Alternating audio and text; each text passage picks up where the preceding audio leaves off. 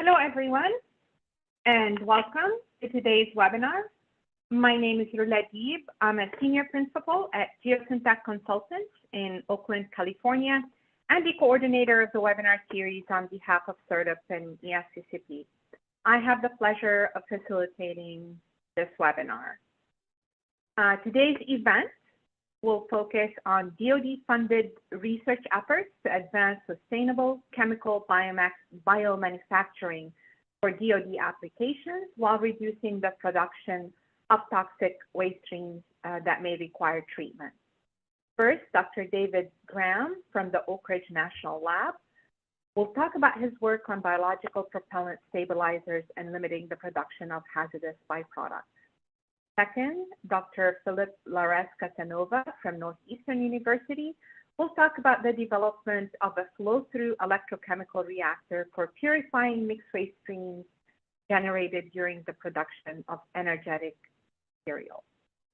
Each presentation will be followed by a brief Q&A session, and depending on how we're doing on time, we will conclude the webinar with a longer Q&A session. These next two slides provide instructions on optimizing your webinar experience. If you have not done so already, please download Zoom at the link shown here and provide it to you in your webinar registration confirmation email. If you cannot download Zoom, you have other viewing options that we're going to go over in a second, but you can try and view the slides using a compatible internet browser such as Firefox, IE, or Edge, and by creating a free Zoom account. If you're unable to view the slides and if your screen freezes, try keying in Control and F5 to perform a hard refresh of your screen. And in case of continued difficulties, just download a PDF of the slides from the webinar webpage and call into the conference line provided to you in your webinar registration confirmation email. Keep in mind that we will be live streaming the webinar on the CERDP ESCCP YouTube channel. The link is shown here, and that's another viewing option. Today's broadcast will be listen only. Please submit questions using the Q&A box on your screen. Do not wait until the Q&A sessions to submit your questions. We do encourage you to get them in as you think of them. And when you submit your questions, just add your organization name at the end so that we can identify you. Please do not submit questions in the chat box that is reserved for comments related to technical difficulties. And with that, I'd like to introduce Dr. John Lascala, who is the CERDP and ESCCP Program Manager for the Weapons Systems and Platforms Program area. And prior to joining CERDP and ESCCP, John served as the Chief of the Manufacturing Sciences and Technology Branch in the Weapons and Materials Research Directorate for the DEFCOM Army Research Lab. Throughout his entire career, John has worked on bio-based thermosetting resins for adhesives and coatings and environmentally friendly polymers for composites, adhesives, coatings, and additive manufacturing applications. He is the recipient of numerous awards for his work on polymers, including the 2013 Presidential Green Chemistry and Engineering Challenge Award for Renewable Thermosets and the 2010 ESCCP Project of the Year Award. John, please proceed. Thank you, Rula. I'm happy to welcome everyone to today's CERDP and ESTCP webinar. The next few slides will provide a quick overview of CERDP and ESTCP. CERDP and ESTCP are the Department of Defense's investments in environment and installation energy science and technology. The programs report to the Deputy Assistant Secretary of Defense for Energy Resilience and Optimization, headquartered at the Pentagon. CERDP is the Strategic Environmental Research and Development Program, established by Congress as a partnership between the DoD, the Department of Energy, and the EPA. CERDP addresses high-priority environmental science and technology opportunities that focus on the top priority DoD requirements. CERDP funds both fundamental research as well as advanced technology development that ultimately impact real-world environmental management. ESTCP is the Environmental Security Technology Certification Program, in which we demonstrate and validate innovative environmental and installation energy technologies. These investments capitalize on past investments under CERTIP or other research programs and are designed to transition technologies out of the lab and into the field.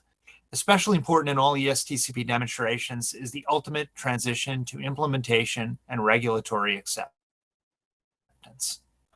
Next slide.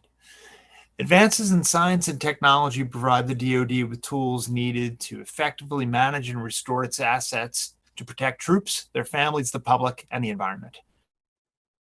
CERTIP and ESTCP investments improve installation energy resilience, environmental cleanup, UXO remediation, resource conservation, and the sustainment and maintenance of defense assets.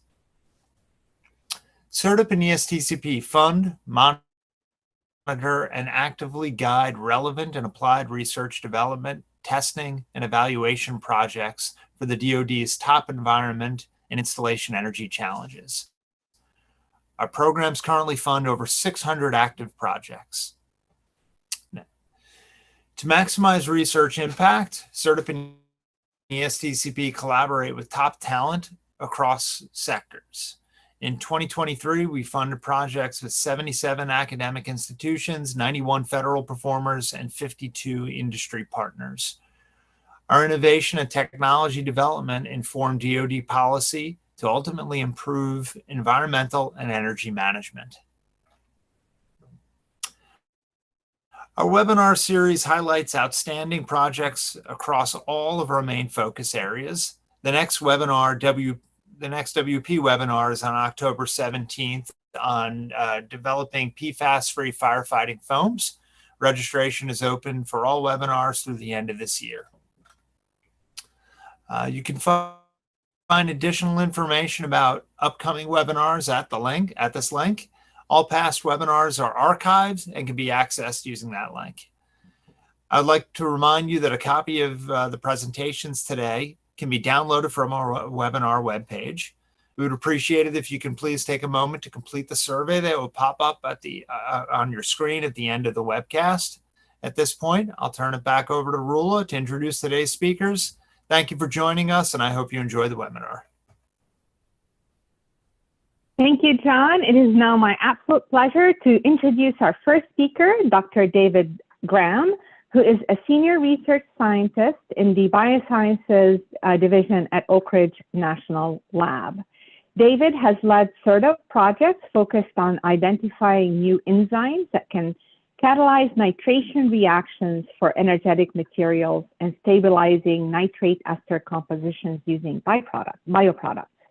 His work in microbial biochemistry spans fields from basic to applied research, building fundamental understanding at the interfaces of disciplines, collaborating to construct predictive models based on laboratory and field data, and applying biotechnology to national and global problems.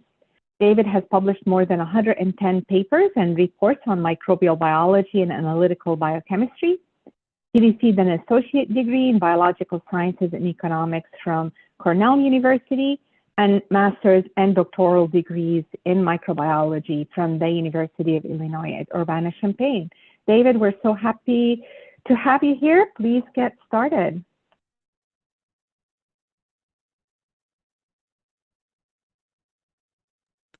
Thank you. Greatly appreciate the introduction, Rula, and the opportunity to talk to everyone today about our project on identifying biological stabilizers for double-base propellants. This has been a fun and productive project that we executed in collaboration with the TNO, the Netherlands organization.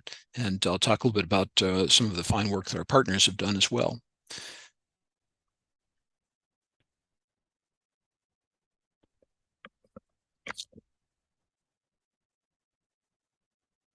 So today I want to tell you about a few things in our project. First off, what are these propellant stabilizers? Why do we need them? And what is the opportunity space to replace them? We'll talk a little bit about the strategy, the biologically inspired approach that we use to identify good candidates and how we've progressed through screening and performing some initial environmental health assessments on that. And then we'll talk about some of the accelerated aging tests and the conclusions and some of the benefits that we see for DoD in this work.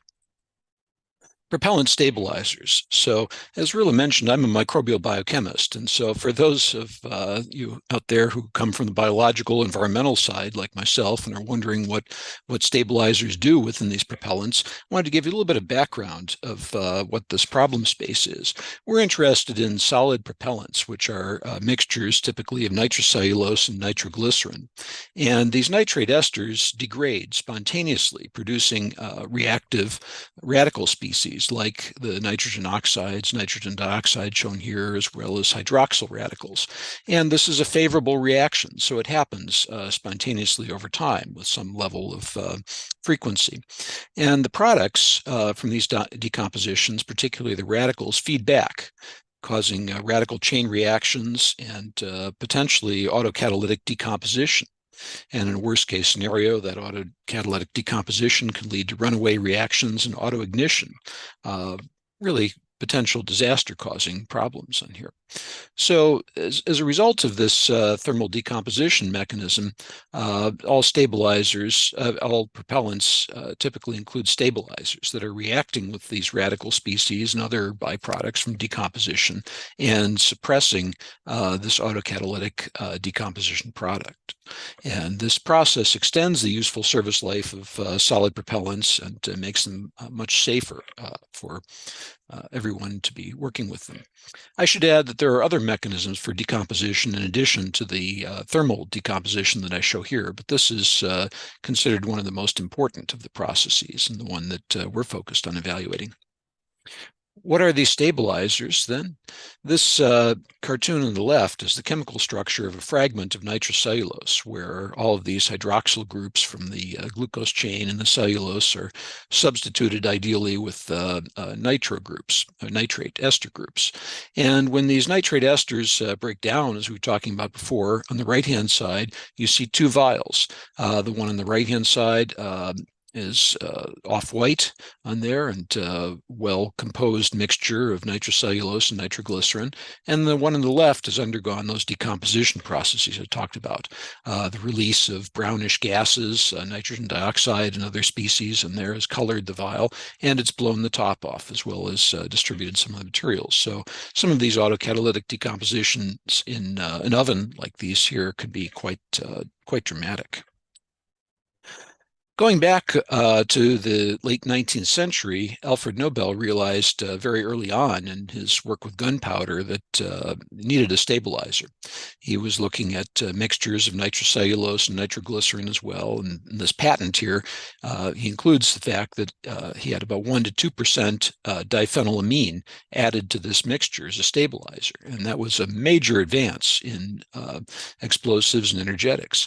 The structure of diphenylamine is shown in the bottom left-hand corner of this slide as well. And that type of stabilizer, those classes have really continued through the present day. Modern state-of-the-art stabilizers like Acridite 2, shown on the right-hand side, are derivatives of diphenylamine. So this stabilization technology is quite well-founded and very important, of course. However, diphenylamine is toxic in itself, and so for that reason, it's been replaced in most of these energetic materials by other less acutely toxic compounds. Why would we want to change those current stabilizers then, since this has worked rather well since the 19th century? Well, the most pressing question right now is how do we get rid of the products of some of these stabilizers that would saturate with nitrogen dioxide or nitric oxide products to form N-nitrosamines. N-nitrosamines are very frequently mutagens, and many are probable human carcinogens.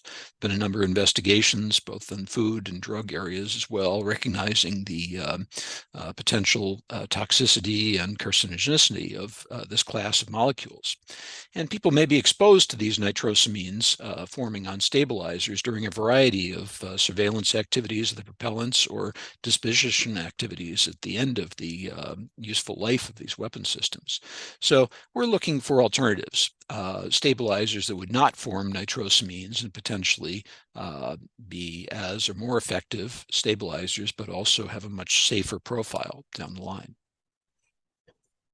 So our inspiration for this comes from biological stabilizers, biological antioxidants in this case. And we know that living organisms, whether they're single cellular or multicellular, typically face free radicals all of the time, either from oxygen radical species coming from the air or nitrogen radicals, various other things. They've evolved ways of dealing with that and coping.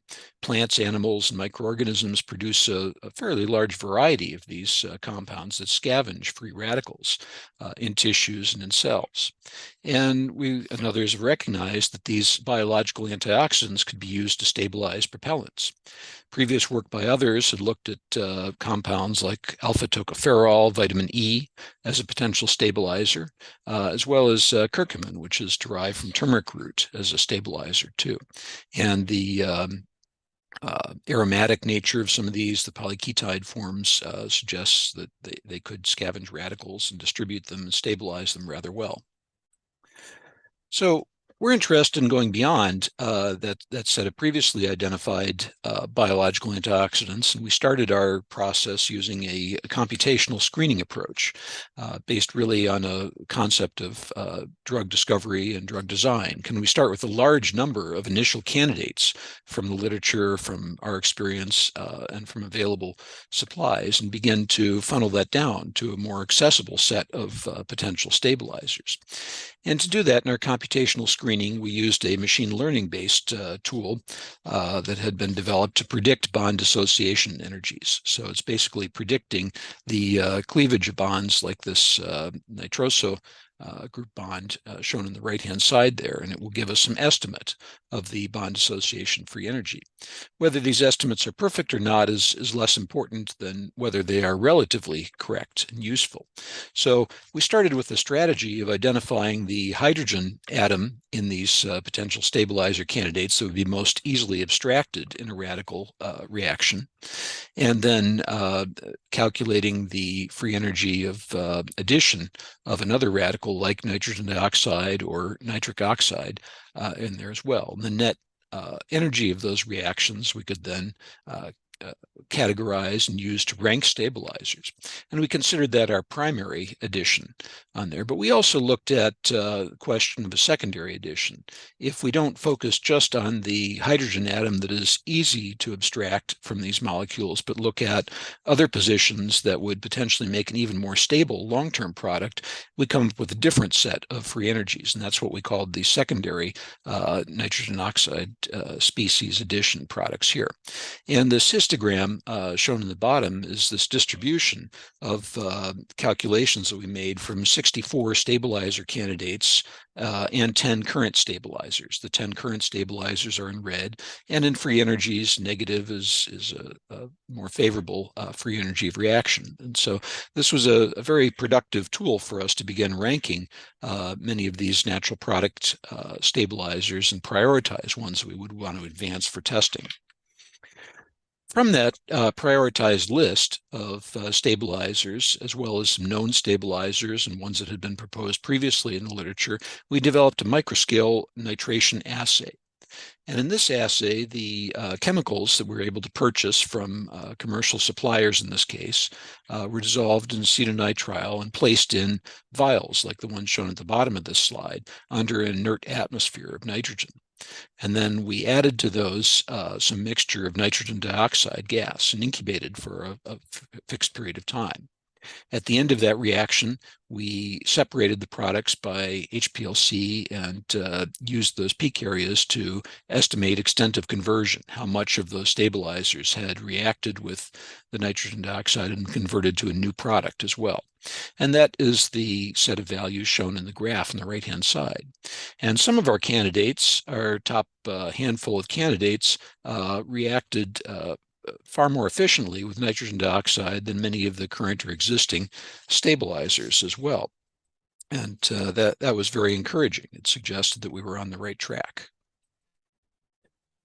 From that list, I should mention that we also performed a similar set of assays using nitric oxide and saw some similar but not identical ranking results. But it allowed us to rank a top 5 or top 6 candidates from those that we believed would have some very good properties as potential stabilizers for this mechanism.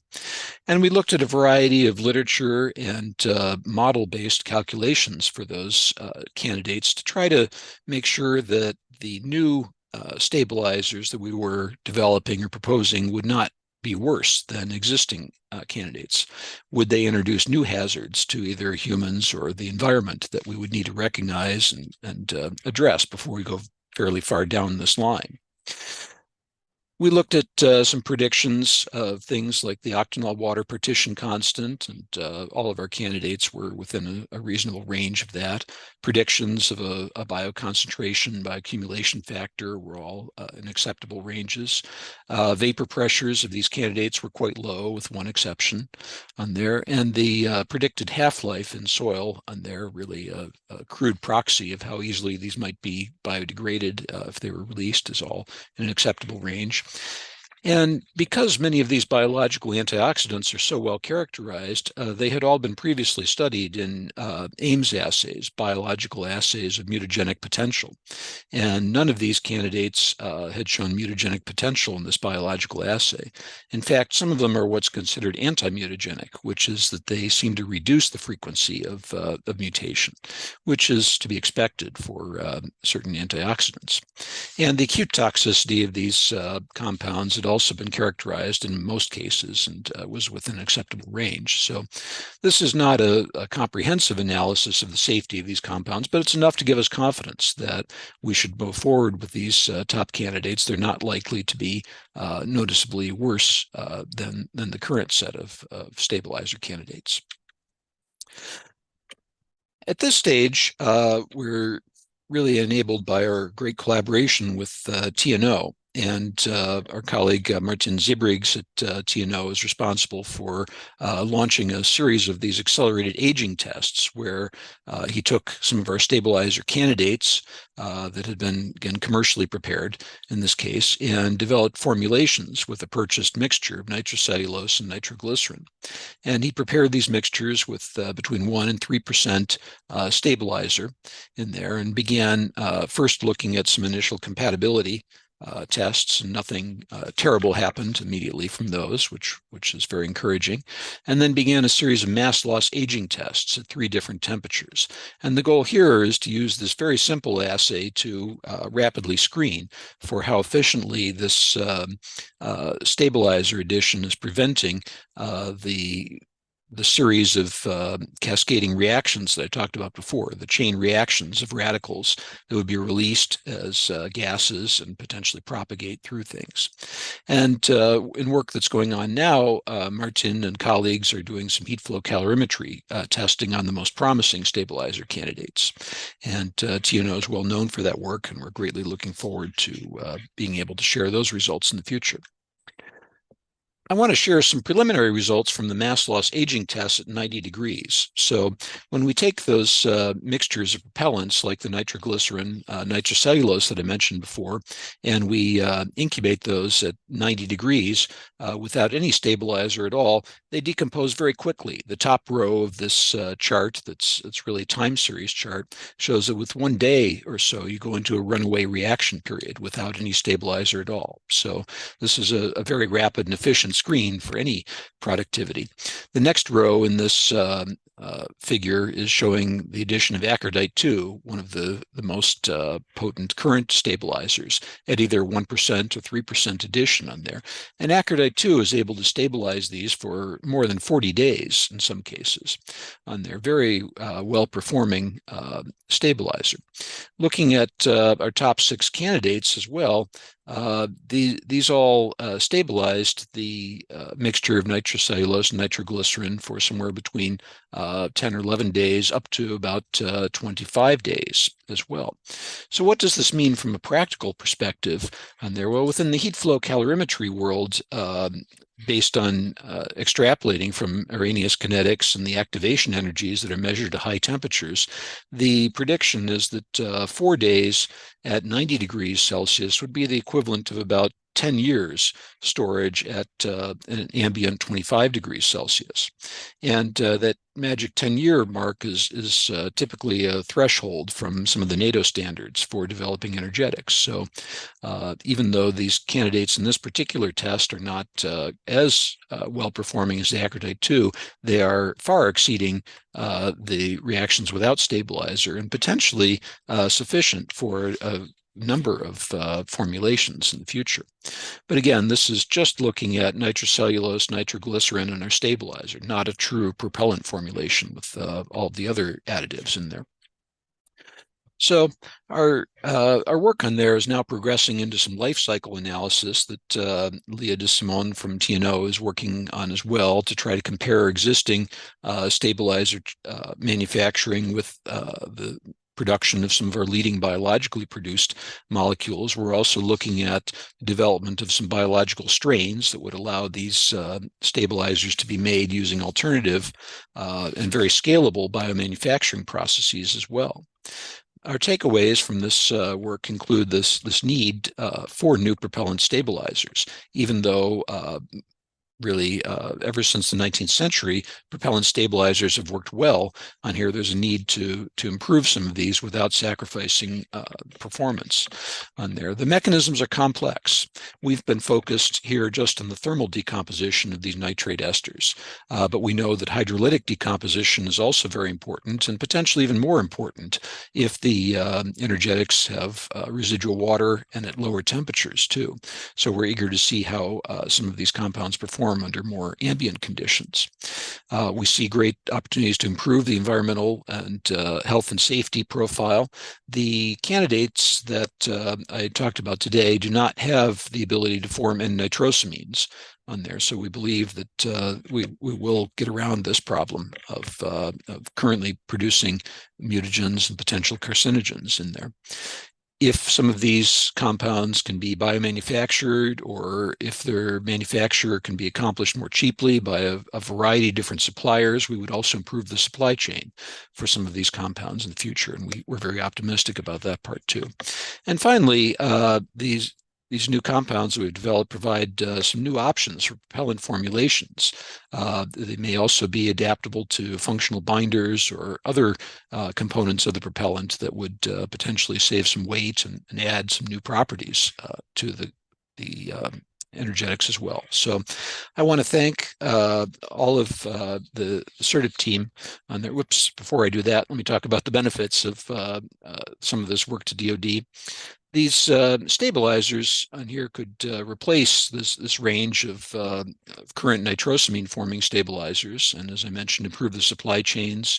Also introduce a mode of green manufacturing if we can make these biologically, and they have the potential for a variety of other new functionalities to energetic materials. I love this figure on the right-hand side that our TNO colleagues shared with us, pointing out that many of these stabilizers, when mixed with propellants, form colored compounds. So the color is not necessarily an indication of decomposition or quality, but because of the aromatic nature of many of these compounds, they have a variety of different colorations and make some very noticeable changes and tracking properties in the energetic materials themselves. So with that, I am happy to take questions in a moment as well. Really want to thank the CERDIP program for sponsoring this work. Robin Hassan, the first program manager who helped us kick off this project, and John Lascala for his support, continuing, and the whole CERDIP program office team for making this a great experience for us. So thank you all very much. Over. Great. Thank you so much, Graham, for a wonderful presentation. Just a quick reminder to all of you, you can submit questions using the Q&A box on the screen. We have received a number of questions for Graham that I'm going to start relaying to you. The first one is from the University of Central Florida. Do you know what the products are of the NOx sequestering by these compounds? So we have not gone through rigorous characterization and purification of some of these reaction products. We believe that stabilizers that are most efficient and most successful can have multiple reactions with the breakdown products of these compounds. And so, for instance, the diphenylamine series of stabilizers that's currently used is known to form a variety of different addition products on there. And we think that, you know, that non-stoichiometric effect is really what's contributing to some of the efficacy on there. We have some initial mass spectral analysis data of the products, and we have some ideas of the range of components, but I would say that it is a complex mixture rather than individual products of some of these reactions. But great question. Thank you. Thank you. This next one, why would nitrosamines be a problem in munitions that are meant to be destroyed? Can you elaborate on that? You Absolutely. talked a little bit about their health effects, but yes. So this was one of the things that initially struck me when we saw this request for proposals, because as a biologist, I thought that all explosives would ultimately be destroyed at the end and really not an issue. But the monitoring process, the DoD annual requirements for looking at a selection of some of these weapon systems, taking samples, removing them, carrying out the analysis, potentially exposes workers to a reasonable dose of some of these nitrosamine forming compounds as well. And then at the end of the life cycle of these materials, the demilitarization and the destruction of these, again, may have some interesting impacts on the environment, as well as potential occupational exposure risks. And many of these stabilizers may be used in a variety of other reactions too, including some biological systems and polymers, other things that we would need to protect from reactions and exposure in the future too. thank you. Is it possible that biological stabilizers could introduce new hazards into the manufacturing or disposal processes? Have you looked into that? So the candidates that we've looked at are rather well characterized on there from their current manufacturing, either by chemical means or the biological pathways that are known to produce them. So we believe that the actual cumulative biomanufacturing will be less hazardous than many of the current things, but we'll be very excited in working with TNO to go through some of the life cycle analysis there, begin looking at some of the costs and the hazards associated with a variety of these production things. But if we can get these to the point where they're made by cells and using biomanufacturing and other things, that will tremendously de-risk the production processes that may currently use solvents or strong acids, strong bases, metal catalysts, and other things like that. So the future is encouraging.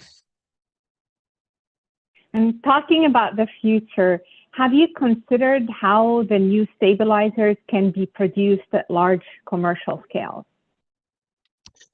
Yes. So some of these are already produced at a fairly sizable scale because they have alternative uses on there. But from biomanufacturing, what we've seen is that the scalability can be quite good, especially as titers and product yields increase and new modes of reactor operation. New optimization is taking place. There are ways to potentially upscale this very rapidly. And one of the attractions of biomanufacturing is having versatile and relatively low capital costs. So being able to use one reactor system, one area to make multiple products and to change over fairly quickly could reduce the cost quite a lot.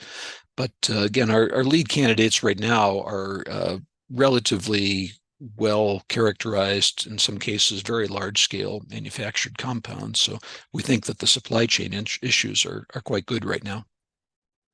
That's fantastic. All right, this next question is from NavAir.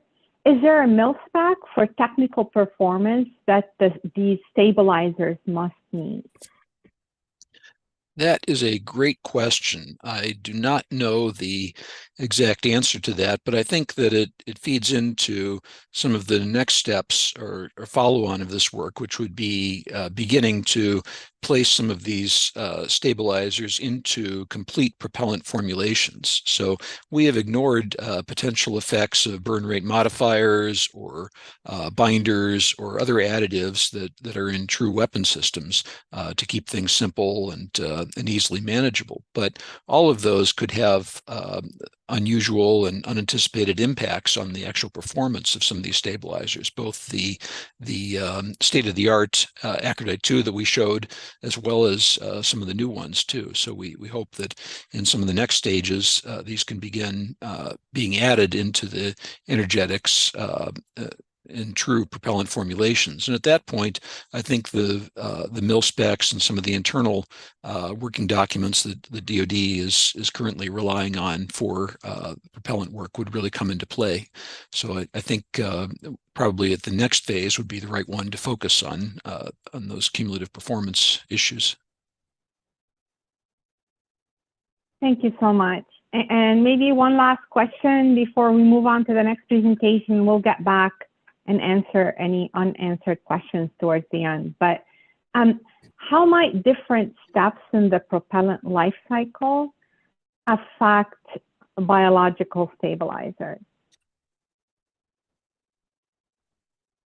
Yeah, so it's also a great question, the manufacturing standpoint there. And I think that's something that we will certainly learn more about in some of the future work as these begin to be incorporated into true propellants, depending on whether you're using wet or dry production modes, at what stage these are added, how the mixing is performed, and how some of these propellants are handled before they're placed into full weapon systems could all impact things in quite interesting ways. So I don't know that we have a perfect answer to that question, but it will be a great one going forward of thinking about both the role of the components in full propellant formulations that I mentioned previously, as well as the steps in the manufacturing.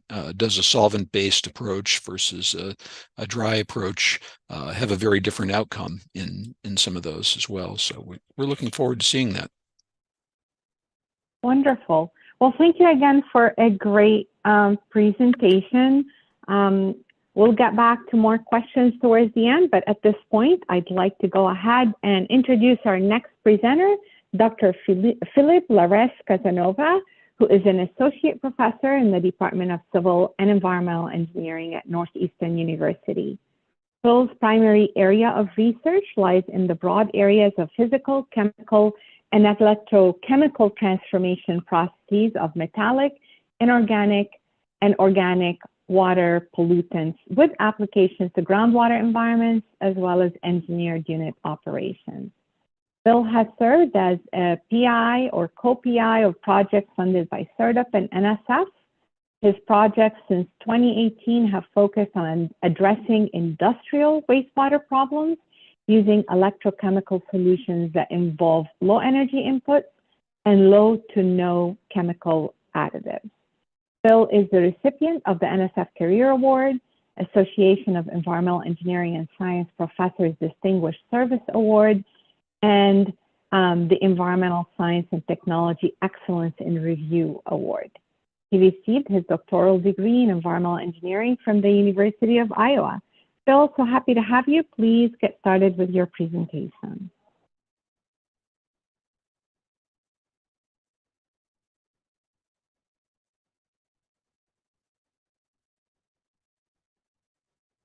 Phil, you may be on mute.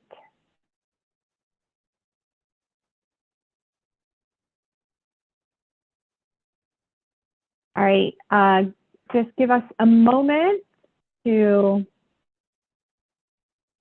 we're gonna take over control, Phil, but if you could please unmute yourself so we could hear you, that would be great.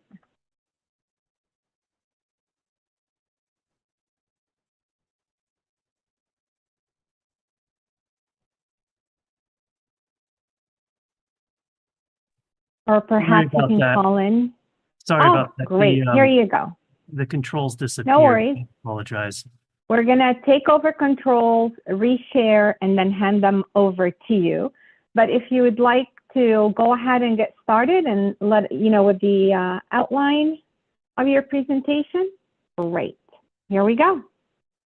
Great. Thank you very much. Thank you, Rula, for the introduction, and apologize for the a little mix up here. Thank you, everybody, for joining, and thank you for the CERTA program for the support for this project. And appreciate the opportunity to share with you the exciting results of what we're doing here. So part of the fostering more sustainable systems of energetics is ensuring how munitions manufacturing can be more sustainable and environmentally friendly. And this project is looking at manufacturing wastewater from synthesis of explosives and of RDX and HMX and ways it could be treated on site rapidly.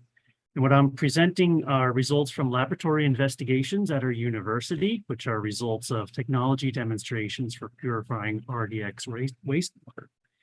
First, I'll explain these problems of RDX wastewater and the unique chemistry that it contains.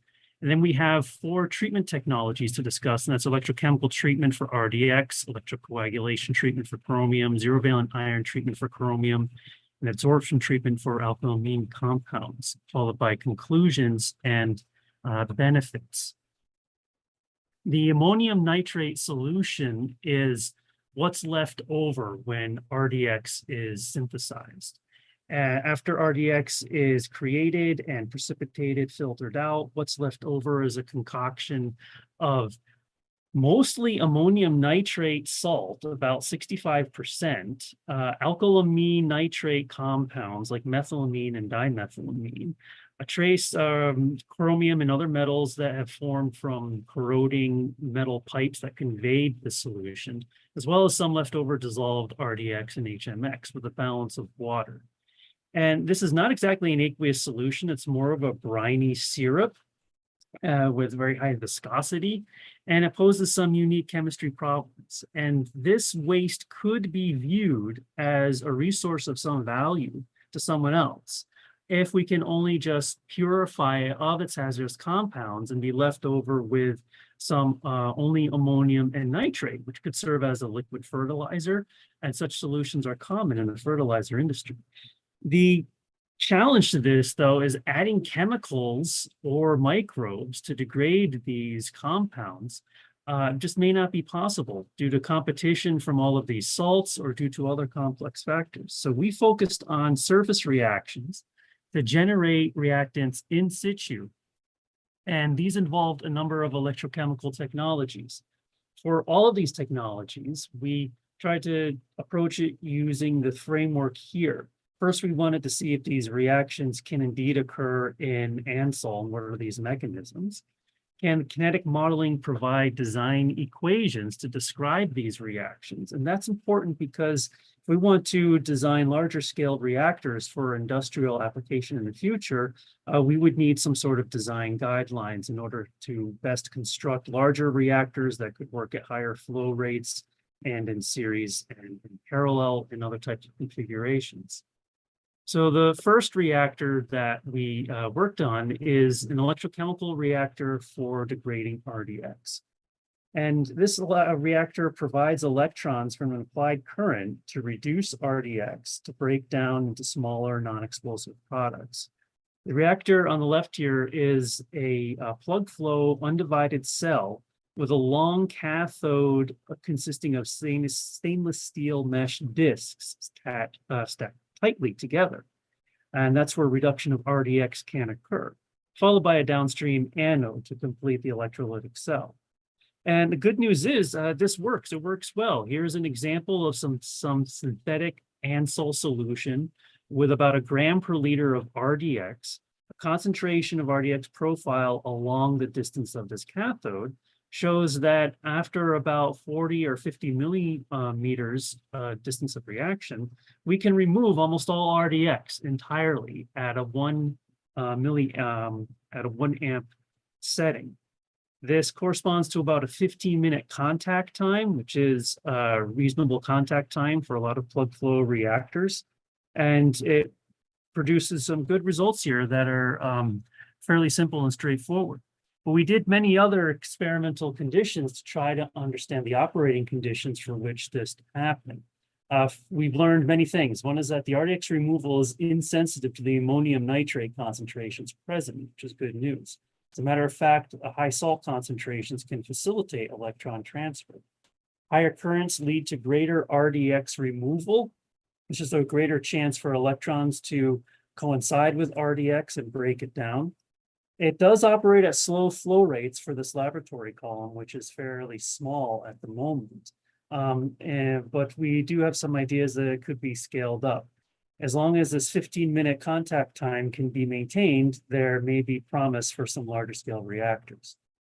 And if RDX degradation is not complete within one pass, it may be possible to use these reactors in series to improve removal percent. Here are some examples for what I was just mentioning here. In the top graph, the ammonium nitrate concentration was varied, and in green, with 650 grams per liter of ammonium nitrate, we can still see consistent removal of RDX across the cathode distance. The same would be true if we had more dilute ammonium nitrate concentrations at 10 grams per liter, or even no ammonium nitrate and more dilute solutions of 5 millimolar sodium sulfate. RDX removal is possible. So it illustrates that water chemistry does not influence the RDX removal extent too much, and this technology is applicable to other diverse water chemistries and wastewater sources. In the bottom graph, we took some solution from the effluent of a column after passing it through once. Take it, flow it through again, we can continue degradation and get to even lower concentrations as well. So reactors in series would be a promising configuration. Now, in order to best describe this reaction, we wanted to create a kinetic model and to use that for scale-up purposes. And the start of this model was fitting a simple first-order decay reaction rate equation to this concentration versus distance profile. That gives us a first-order rate coefficient, but we need to apply this to more specific conditions to Ansol and the reactor. And in order to do this, we broke this first-order decay coefficient up into a more complex equation, which is based on Butler-Volmer electrochemical kinetics. This allows us to account for measured potential, which is based on the applied current, and account for other parameters such as intrinsic reaction rate coefficients, this kcat, or some other parameters that are related to the fluid dynamics and flow velocity, such as KL, it's a mass transfer coefficient. With these fitted parameters and estimated parameters for specific Ansol waste and specific reactor configuration, one could scale up what could possibly happen for reactor performance at larger reactors or larger flow rates. I keep mentioning that it's our dream to be able to make larger reactors, and we've started off with this one small laboratory reactor, which is about the size of a football. But in order to get to larger reactors, there are rules one must adhere to for scaling up electrochemical reactors. And one is for plug flow electrochemical reactors, we can't necessarily make them longer. To do that would create too much distance between cathodes and anodes, and we got to keep those close. So the answer would be to make them wider. Imagine a 1 meter wide reactor with a maybe 50 centimeter, 30 centimeter tall reactor. It looks like a large hockey puck. So at that configuration, we should be able to make them, several of these placed in parallel and in series for handling larger flow rates. One other thing we've learned is that there is gas buildup problems that could happen in such configurations. This is an electrolytic cell, which means that oxygen and hydrogen are being generated at this cathode and anode surfaces. And those need to be properly and safely vented. So it's an engineering problem that was going to require a solution as well. But moving on to the problem of chromium, this can be removed from ANSOL using a couple of different ways. And we tried 2 reactors based on iron treatment technologies. The first is electrocoagulation, and this one is based on corroding a central iron metal rod using electricity. It serves as an anode, and as electrons are conducted away, it releases dissolved iron-2. That iron-2 is available to reduce chromium-6 to chromium-3 and to be oxidized to iron-3. Those can combine and make some mixed iron-chromium precipitates, which can settle out of solution. This is an advantage to dosing in iron-2 salts, because we don't need to prepare these salts in advance, instead just generate them on demand in situ. And through laboratory experiments, we were able to find operating conditions for electrocoagulation. Both chromium-6 and chromium-3 can be removed from the ANSOL. There's no difference there. Higher currents can generate more iron-2 and remove more chromium and greater chromium removal extent. Faster flow rates, though, do decrease chromium removal because it lessens contact time within that reactor. Fast flow rates are desired eventually at larger reactors, but there's going to need to be a balance there in order to maintain the best operating conditions.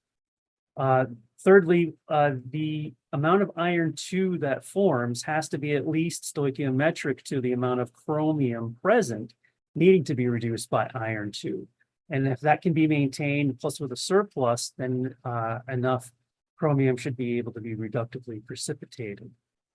To the right are some concentration versus distance profile for chromium-6 and some kinetic model fits to this data.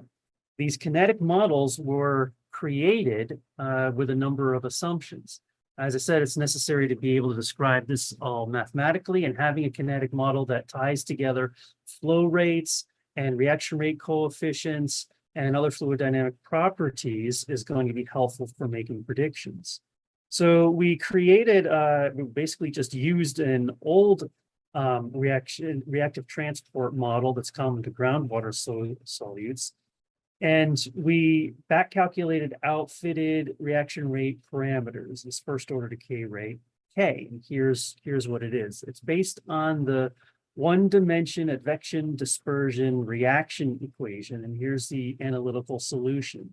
Reaction rate K can be fitted to data, and fluid velocity can be determined, and reaction distance can be known for the reactor. And dispersion coefficient can be formed based on tracer tests. Well, through several experiments, we found that this first order rate coefficient can be correlated to flow rate or to current. And this helps us provide guidelines to what these parameters could be at slightly larger or longer dimensions or at faster flow rates, and helps us guide how to size a proper reactor for a certain flow rate for field applications. And for scaling up these reactors, there are a number of issues. This plug flow reactor can be elongated, it can be widened, that worked perfectly fine.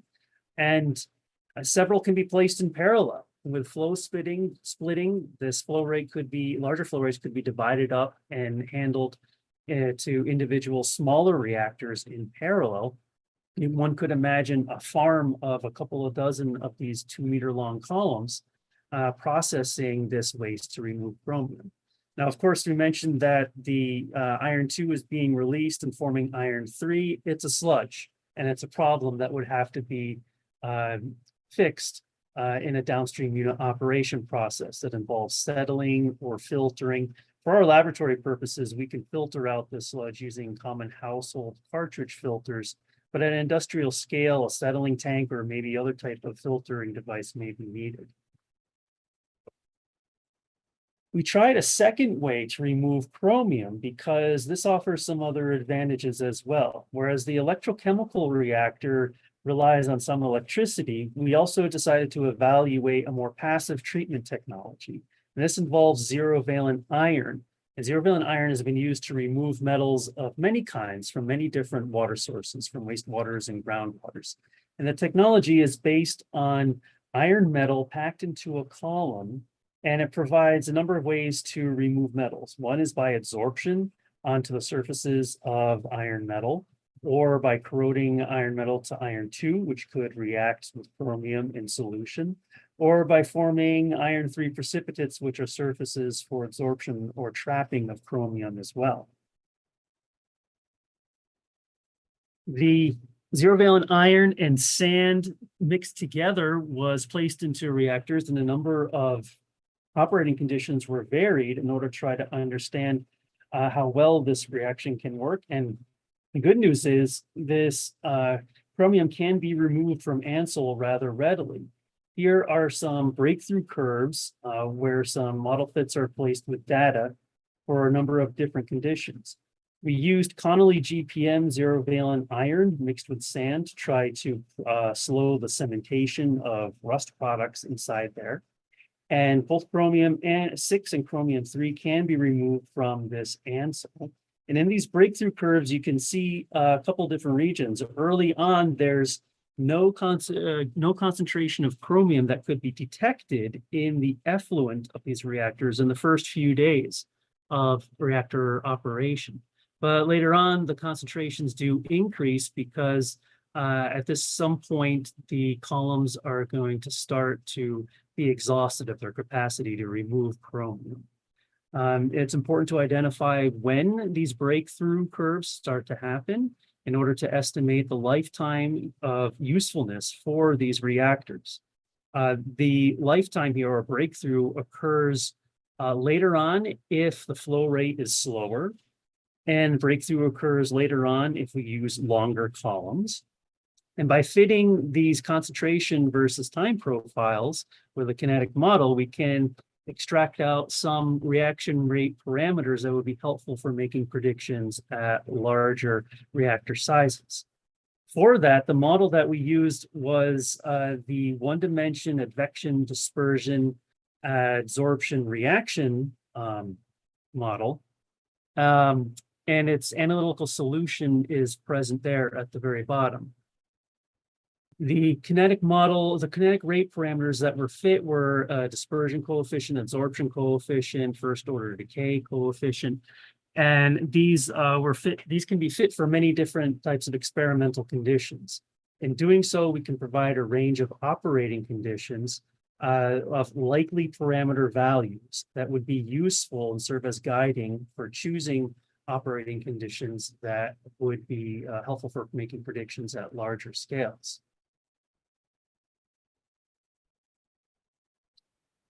Our plans for scaling up these zero-valent iron columns would be making longer and wider reactors.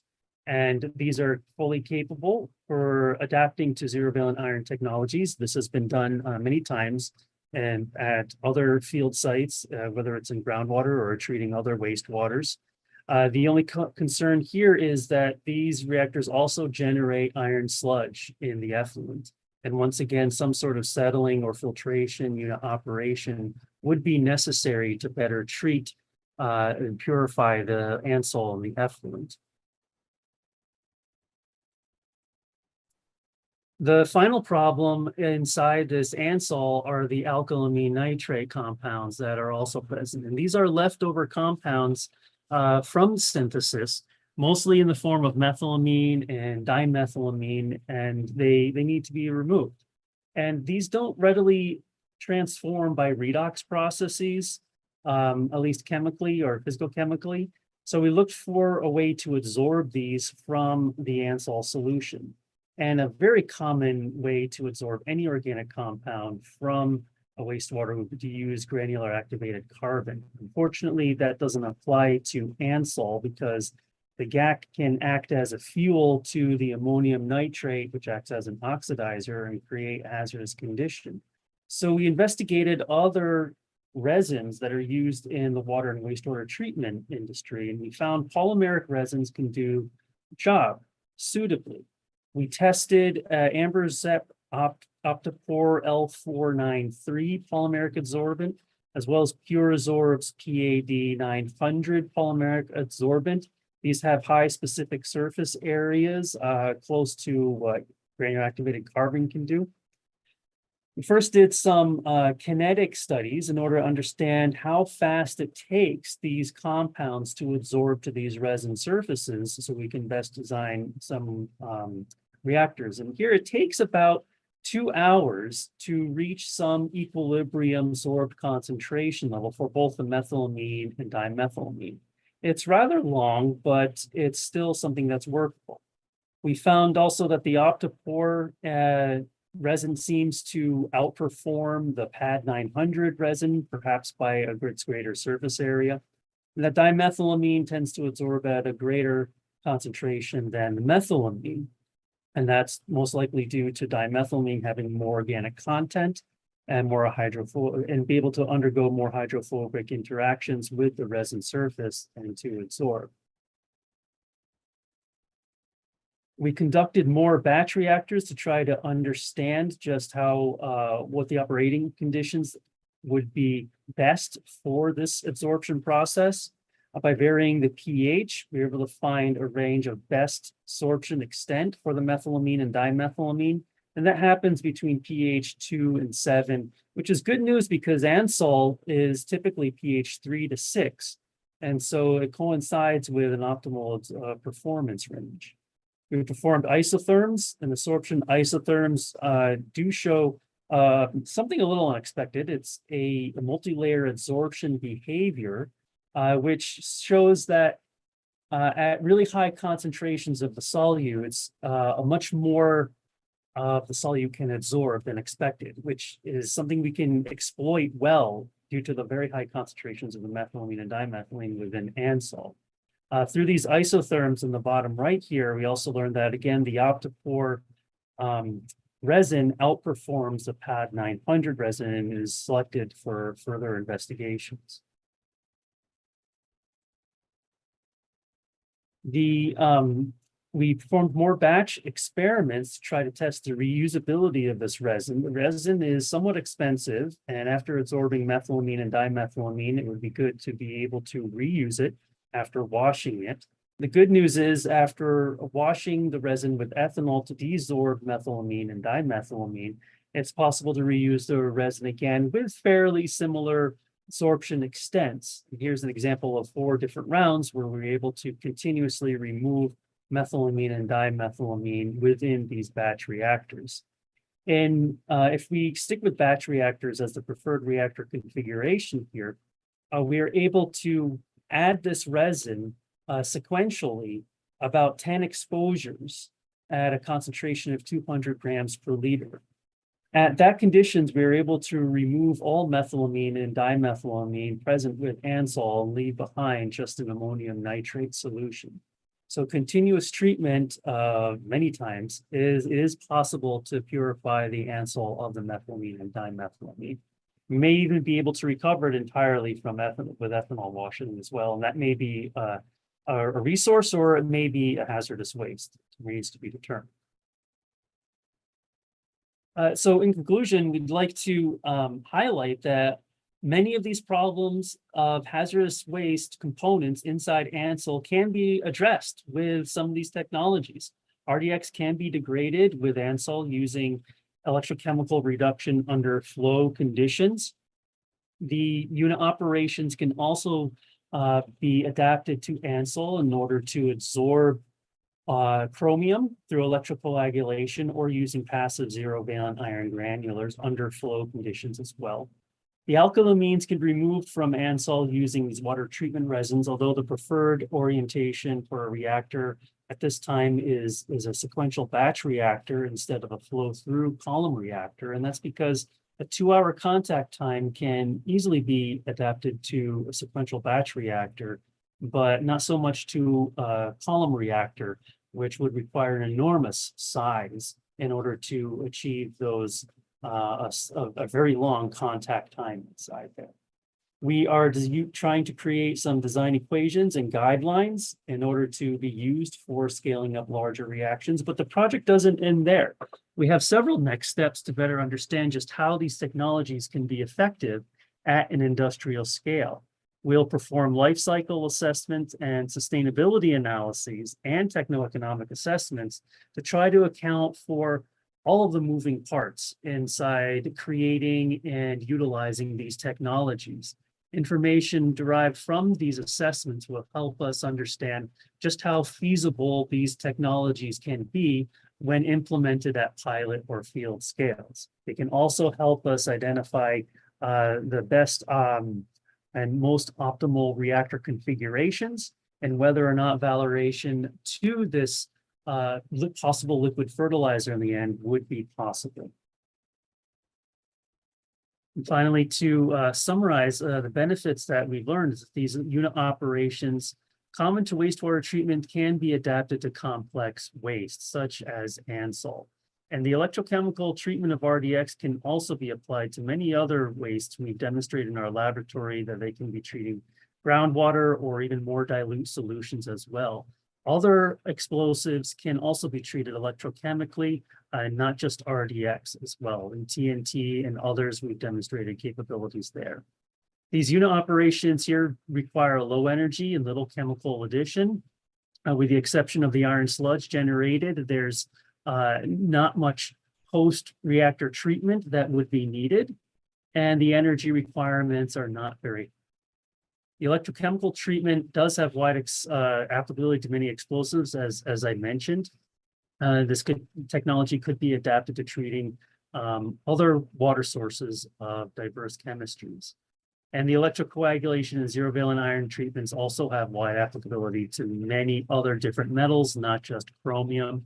These technologies have been proven for so many other different types of wastes, and here for ANSOL, it's also possible as well. I'd like to also mention that for further information, looking at how the electrochemical treatment of explosives can be more described with these kinetic models, we refer you to this publication from our laboratory within the Journal of Water Process Engineering. And with that, I'd like to thank everyone for your patience and thank you for bearing with me through my little technical difficulty there. But thank you to the students who have done very nice work to bring this project to fruition. And thank you to the CERTA program for the support and feedback throughout the years of this project. And I'd love to discuss further in questions. Wonderful. Thank you so much, Phil. We have received a number of questions. We're going to start with one from a government contractor. Your slides only showed RDX concentration. Have you tested for degradation products of RDX? So have you looked for them or measured them? So we are currently this summer looking for those degradation products. We are using LC-MS techniques to identify what those organic byproducts are. Unfortunately, we cannot search for the inorganic byproducts at the moment because of the high ammonium nitrate concentrations. We're not going to see if nitrate, nitrite, acetate, or formate are forming because those ammonium nitrate concentrations interfere greatly by ion chromatography analyses. We have found RDX degradation products when we tested the same electrochemical reactor for more dilute solutions with a sodium sulfate solution background. I can mention what those are, and those were MNX, but that was transient and broke down. There was a couple other organic intermediates that formed as ring cleavage products. And we saw most of the RDX breakdown products to formate, acetate, nitrate, nitrite, and ammonia. And that again was when ammonium nitrate was not present as the matrix, but instead a more dilute solution. Wonderful, thank you. As a follow-on, the electrochemical treatment technology for RDX appears to work well in ANSOL, but how applicable is electrochemical reduction for other explosives in a variety of water chemistries? Are there any limitations? So yes, I can mention some limitations, but first I want to emphasize that we have tested the same electrochemical reactor for 8 explosives, including RDX, HMX, DNON, TNT, DNT, MNA, and a couple others. And for all of those, we are able to reduce them to some innocuous products and to some other intermediate products, some of which are toxic, unfortunately. And details of those reactions can be found in that publication from Journal of Water Process Engineering that I mentioned before. But there is a limitation for this technology in other waters. Now, electrochemical technologies operate very well when there are a lot of charge carriers dissolved in the water, and those are salts. So the more dilute conditions has less salts, less charge carriers, and that may limit contact between the electrons from the applied current to the contaminant of interest. And back in an earlier slide, I mentioned the different water chemistries of RDX degradation. And there in the 5 millimolar sodium sulfate solution, RDX removal was achieved, but it was interestingly only in the final centimeter of the cathode, very close to the anode. And there wasn't any RDX removal earlier on in the cathode. This just points to the fact that in electrochemical technologies, charge distribution within the cathode and anode is important. And if charge is accumulating in one localized spot, such as in dilute solutions, that's going to limit a reaction zone. And it's going to possibly have an adverse effect on how well or to the extent of contaminant removal. Adding salt can improve that, but of course, chemical additives to a water being treated is not always something that is a possibility to be done. One other limitation is the energy or electricity being applied. For the high concentrated salt solutions, low current and low potential was possible. Only a few volts really was needed and a 1 amp current to degrade RDX here. But in more dilute solutions, in order to maintain a 1 amp current, a much higher potential is needed. And in our experience, up to about 40 volts or so is required. So electricity costs can get much higher if treating more dilute solutions. Thank you for an excellent and very comprehensive response. The third question is from a government contractor. There have been some studies that show that zero-valent iron also reduces RDX. Have you considered combining RDX and chromium removal using DVI to avoid electrochemical processes? So yes, we have considered that. And as a matter of fact, that is something we had tested early on in the project.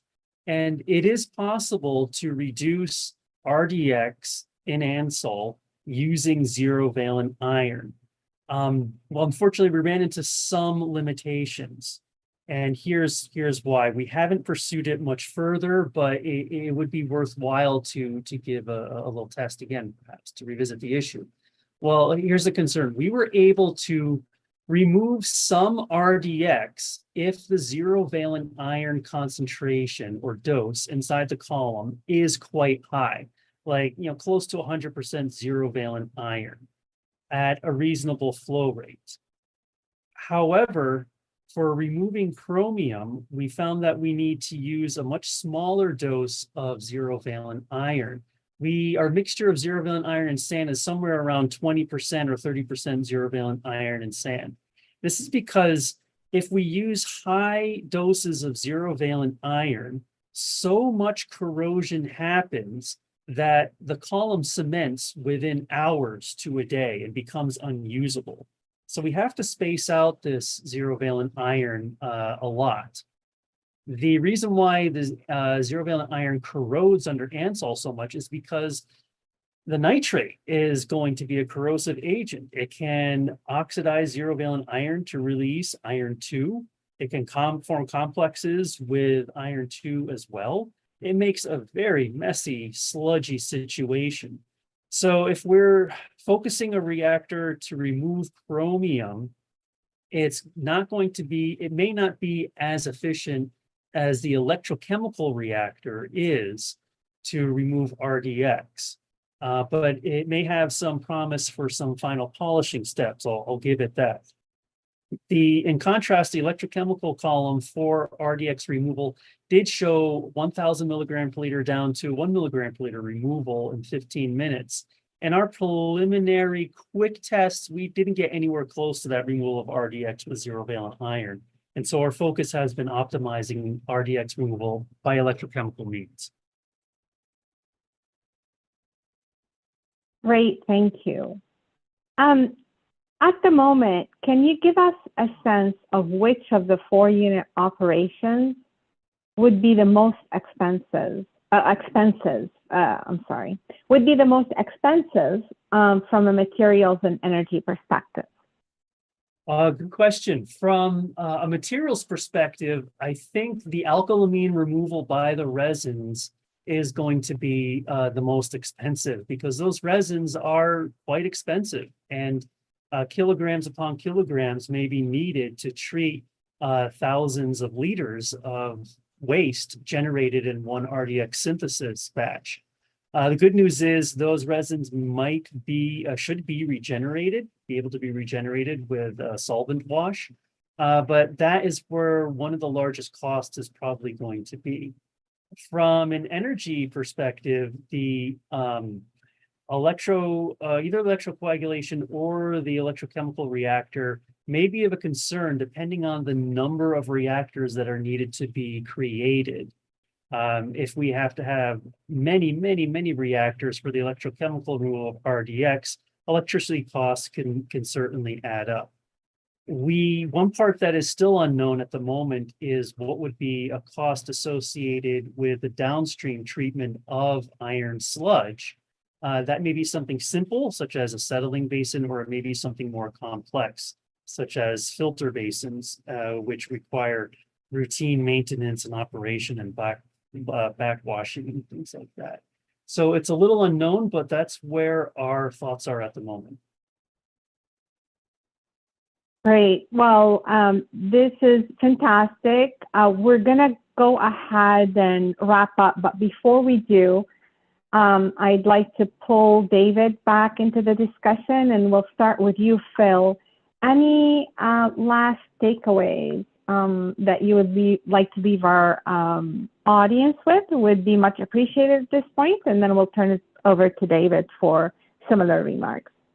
Sure. I just wanted to thank everyone once again, and I wanted to emphasize that this ANSOL chemistry, although quite complex, we can adapt treatment technologies to it. If we can adapt some treatment technologies to very harsh, briny situations, if there are other types of water chemistries out there, complex water chemistries or complex waste sources, these technologies may be adaptable to those as well. And there's opportunities to test such technologies, and there's a good reason to have hope to solve many different waste problems that come our way. So thank you. Great. Thank you, Phil. David, any last comments before we wrap up? I also wanted to thank all the participants who joined us today, and just add that, on the weapons system side and the investments that CERTIP has made in thinking about the future of energetics, it's an exciting time to be thinking about future weapons systems, not necessarily just drop-in replacements for current components like stabilizers or energetics or binders or other things, but new ways of integrating some of these different components into munitions that could be both safer and more easily produced and maintained in the future. So I'm very grateful to the CERTIT program and the Science Advisory Board and everybody who's helped guide us in those directions over the years. Thank you. All right. Well, before we wrap up, just a few quick reminders for our audience members. Our next webinar is on Thursday, July 25th. It will feature DoD-funded research results on developing innovative approaches for detecting underwater buried munitions. Please visit the CERTIP and ESCCP webinar webpage to register for this and other webinars through the end of 2024. As also a second reminder, both the audio and a copy of the presentation of today's excellent session will be archived on our webinar webpage if you'd like to refer to them in the future. So thank you again to our speakers, and for our audience members, if you can please take a moment to complete the survey that will pop up on your screen, we would really appreciate it. This concludes today's webcast. Thank you for joining us.